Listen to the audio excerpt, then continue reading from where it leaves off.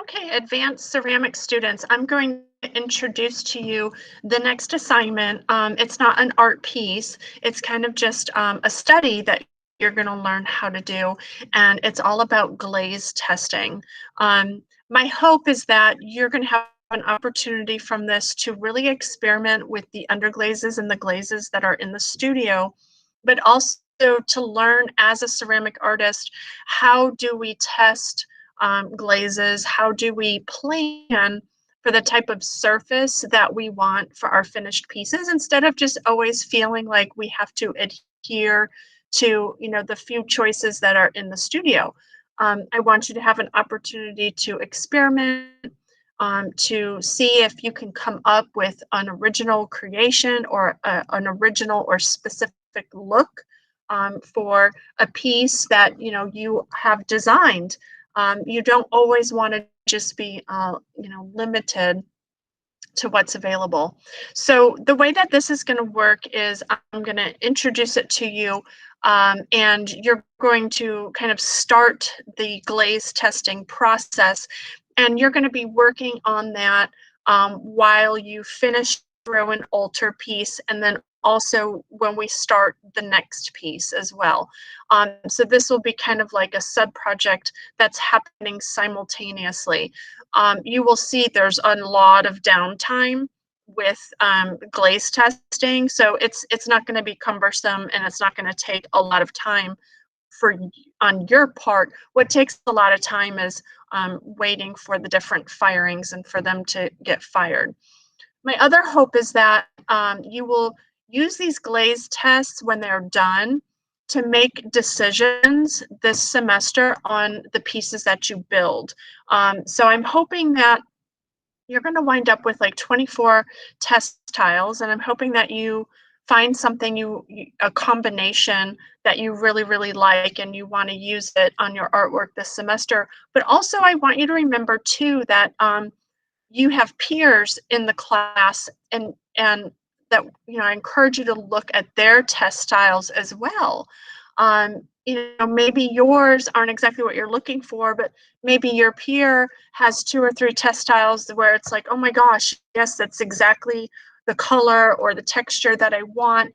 What was your recipe? And that you'll be sharing a lot of those recipes with each other. So I'm going to go ahead and go through the directions with you. So all of these directions are coming to via screencast, but please know that this document, I don't want you to edit on this document. I will be printing these out for you so you can be writing directly onto the paper. We don't want to do it with a computer. It's too complicated.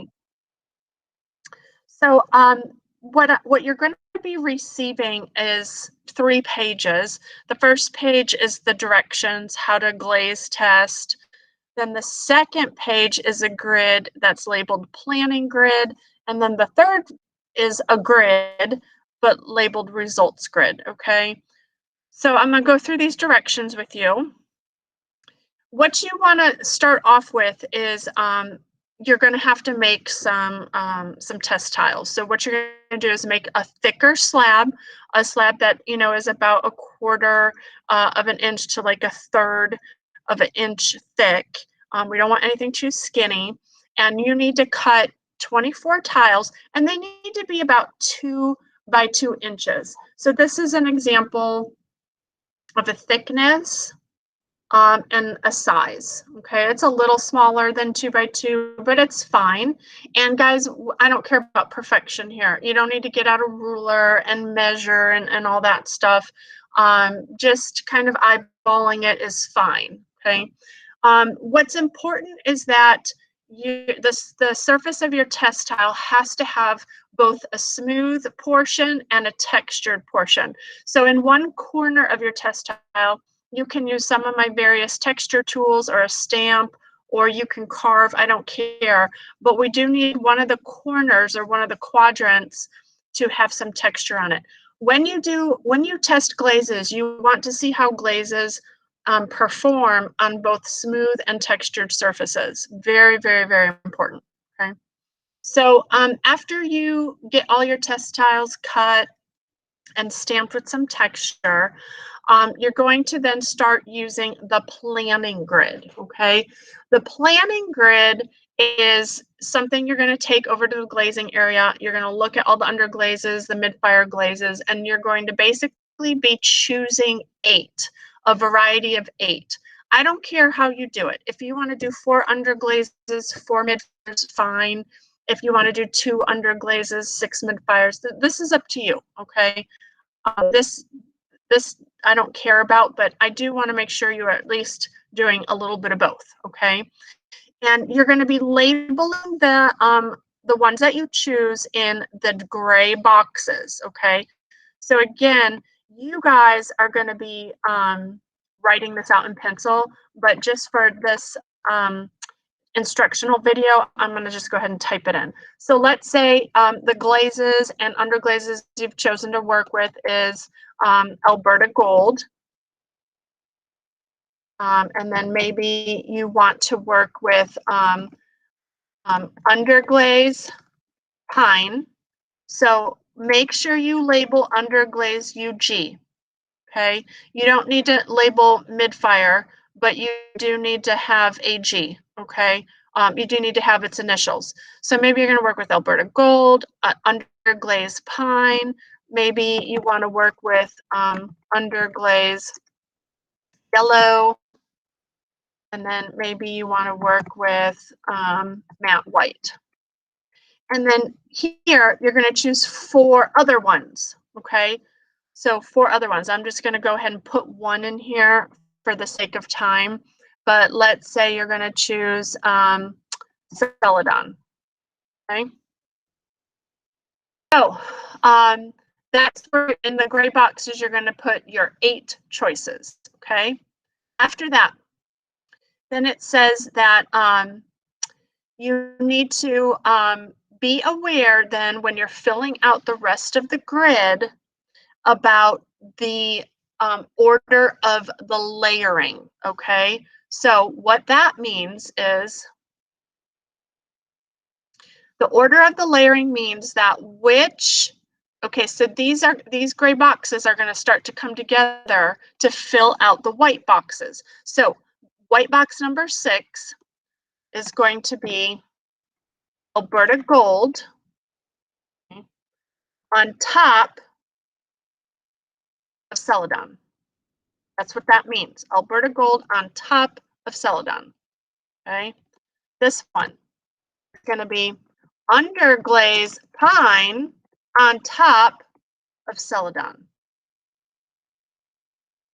This one's going to be underglaze yellow on top of Celadon. And this is going to be matte white on top of Celadon. Okay.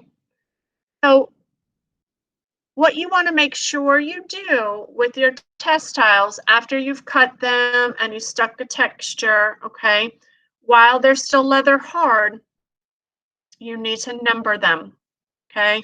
And they need to be numbered according to your planning grid. So you're going to have them numbered 1 through 24, okay? Of course, test tile number 1 is going to wind up just being straight up Alberta Gold.